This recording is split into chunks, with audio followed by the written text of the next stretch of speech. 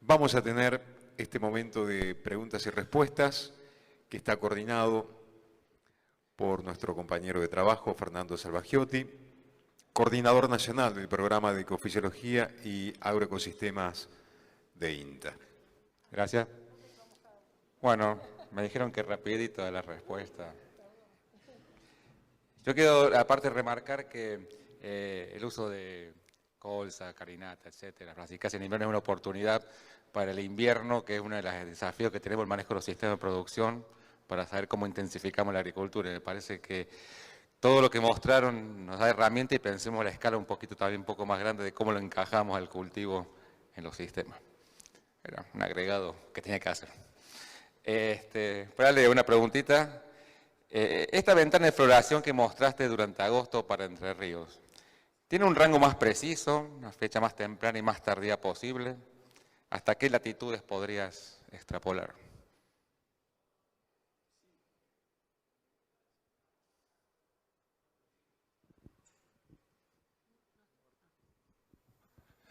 Probablemente, profundizando el estudio, uno podría tener más precisión, pero un poco de las charlas que estuvieron ocurriendo, vimos que esto no es matemática y que hay mucha variabilidad del ambiente entre los distintos años, también respuestas genotípicas diferentes, respuestas genotípicas en cuanto al desarrollo, al fotoperíodo, a la temperatura, también de adaptación a los estreses por calor, hídrico, etc. Entonces, responder del 15 de diciembre, no, es más o menos una aproximación empírica, encima es empírico esto.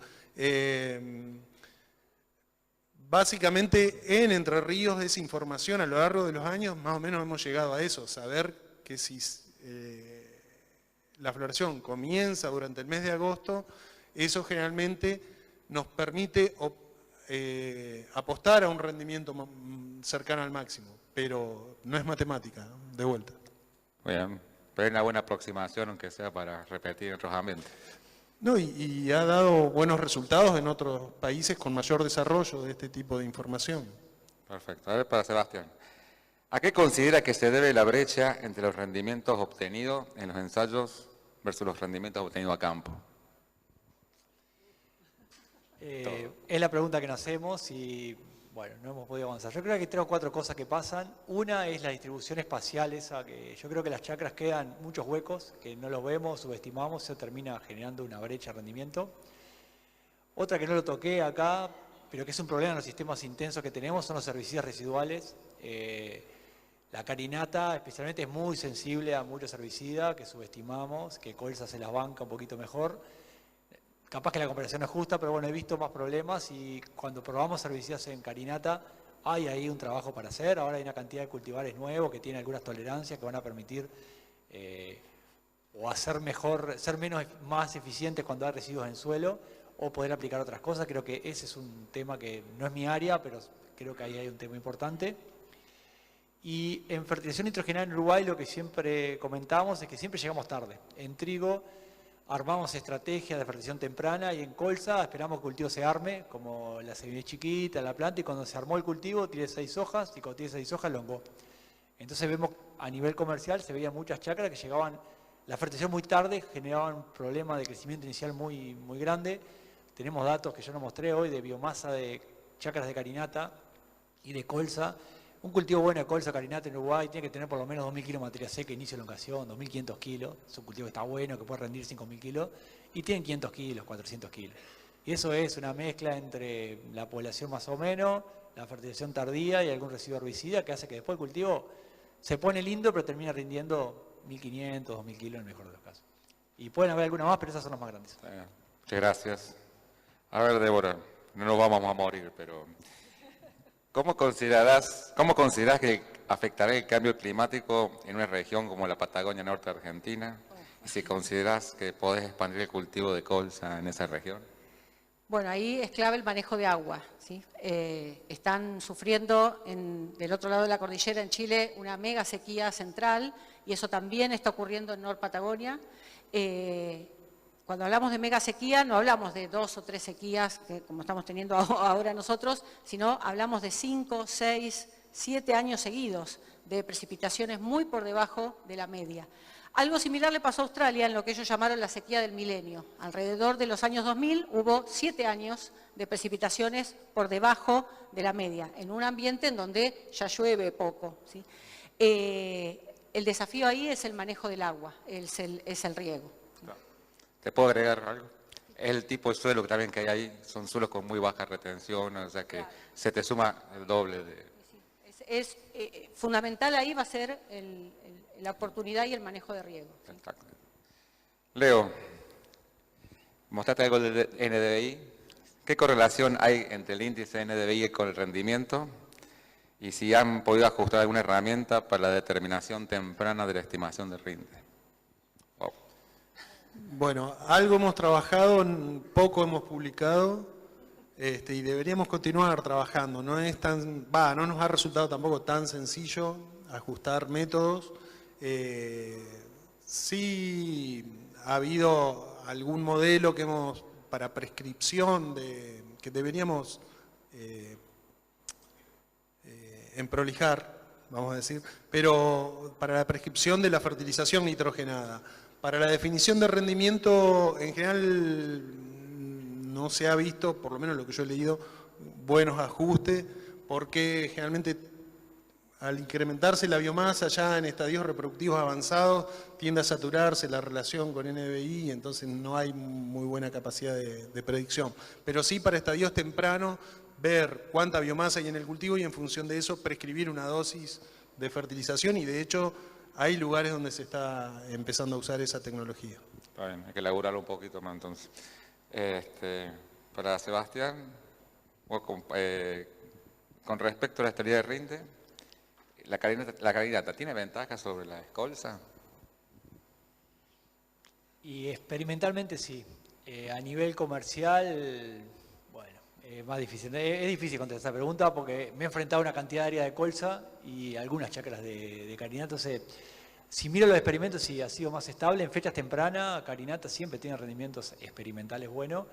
Y colza es más variable, más que nada en las condiciones nuestras, porque se expone mucho, en siembras tempranas se expone mucho a heladas. Entonces, algún año tenés algún efecto helada. A nivel comercial creo que ha tenido más problemas la carinata que la colza, y en parte se entiende porque es un cultivo nuevo que tiene características distintas. Así que, de la parte experimental, sí. Gana por un lado, pierde por otro. Débora, hablaste de la vernalización como un requerimiento, le comentaste. ¿Los catálogos de las empresas incluyen el requerimiento? No. Y la mayoría de los semilleros desconocen, saben que son invernales y saben que son primaverales largos, intermedios a cortas, pero la cantidad de horas de frío necesarias no se conoce. De hecho, hay semilleros que nos piden evaluarlo experimentalmente. Hay que ir generando los tiempos de vernalización en cámara y luego llevarlas a campo. Es un trabajo laborioso, pero en general no se conocen. No sé si se conocen en trigo, Daniel. En trigo tampoco está esa información disponible. No. Por eso serían muy útiles, creo, en el futuro. Se están trabajando con modelos de simulación fenológica a partir de datos genéticos, ¿no? De genes de BRN y de fotoperíodo, de PPD. Con los genes. En Australia han avanzado mucho en el cronogen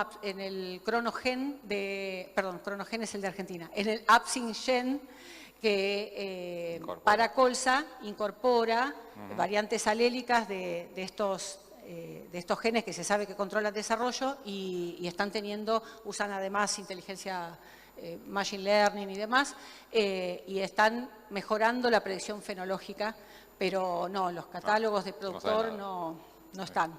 Bueno, déjame entrar en el largo del ciclo. Leo, si la temperatura determina el rendimiento, ¿los ciclos más cortos no deberían comportarse mejor?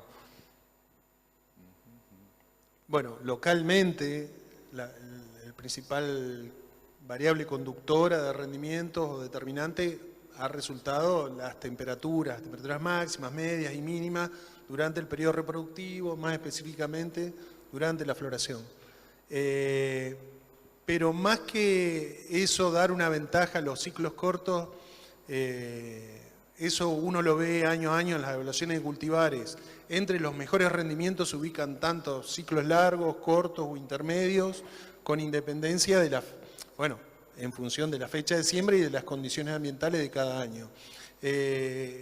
Lo que más, y relacionándolo con la primera pregunta que me hiciste, más que los ciclos cortos es saber sembrar el ciclo corto en el momento adecuado o el largo en el momento adecuado para que el periodo crítico se ubique en esa ventana favorable. Y eso es lo que nos va a permitir maximizar el rendimiento. No decir yo siembro ciclo corto porque la temperatura, le escapo a la temperatura de la primavera. No, me parece que no es esa la solución.